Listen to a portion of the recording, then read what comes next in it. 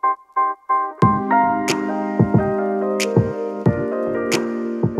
what's up guys? Here with Ian Warner Sr., my strength and conditioning coach. What we're gonna do today in this video is show you guys a glute activation progression to help you guys hip extend easier in the golf swing since hip extension is so crucial in the golf swing and helping you release your power. So Ian's gonna run us through a progression to help you guys activating your glutes, and then we're gonna progress it through a more advanced progressions so that you can either do this at home or you can add it into your workout before you start lifting. So Ian, let's... Okay, all right, thanks Larry. So the hardest thing, Larry and I have discussions in terms of when somebody's hitting the ball that they don't get the extension at the top.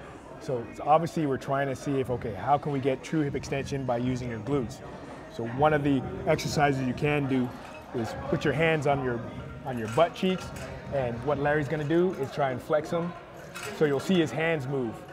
And relax, flex, relax, flex, relax. So that's easy. I would try and do at least one set of 10. If you can do one set of 10, then we can go on to the next progression, flexing them by themselves, like one at a time, right? That's the hardest part. But Larry's good at that, so let's try the right side. Okay, flex, left side, right side, left side, right side, left side. So you can see the difference. He's actually able to create some force and generate what he needs from his butt to give him true hip extension. Now, sometimes people can't feel it. Like they don't necessarily know how to do it, or they don't necessarily have enough muscle mass there. So what I would suggest you do, go on the ground, and I'll show you with Larry. So he's now on the ground. Can you see his hips? Okay, all right, so what he's gonna do, pay attention to his hips and tell me if they rise or not, right? So squeeze your hips, or squeeze your glutes, sorry. See your hips are up, okay, relax. Again, relax, again. So this is true hip extension. That's what he wants. Now this is obviously doing it in a straight line as opposed to when you're in your swing and you wanna finish like that. But this at least gets him to get an idea of, okay, how should my butt feel? Or how can I actually know it's on and I'm using it properly, all right? Now, another progression would be, with Larry, since he's good, I'm gonna keep you on the double leg at the same time. So just lift your knees up slightly, so you're almost like in a plank position. Okay, like that? Yep. Now, flex again. Let's see if his hips go up. See his hips move again. So that's extension. Down, again, down, again. So you go from a bent leg position to his knees actually being straight, the whole leg being straight. Down so again. Does that get that? That's good, because now we know you can get that extension. Right. All right. Okay, relax. So another progression now would be, let's lift this leg up. All right, just lift it up here. Okay. Now let's see if we can squeeze. Bent leg or? Yep. Okay. Yep. Squeeze it right? Yep. Now I'm seeing the right hip going. Again.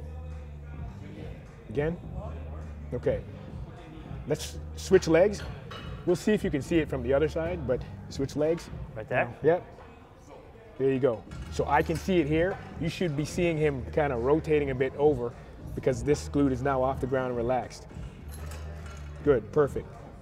Okay, relax. Okay, stand up for me.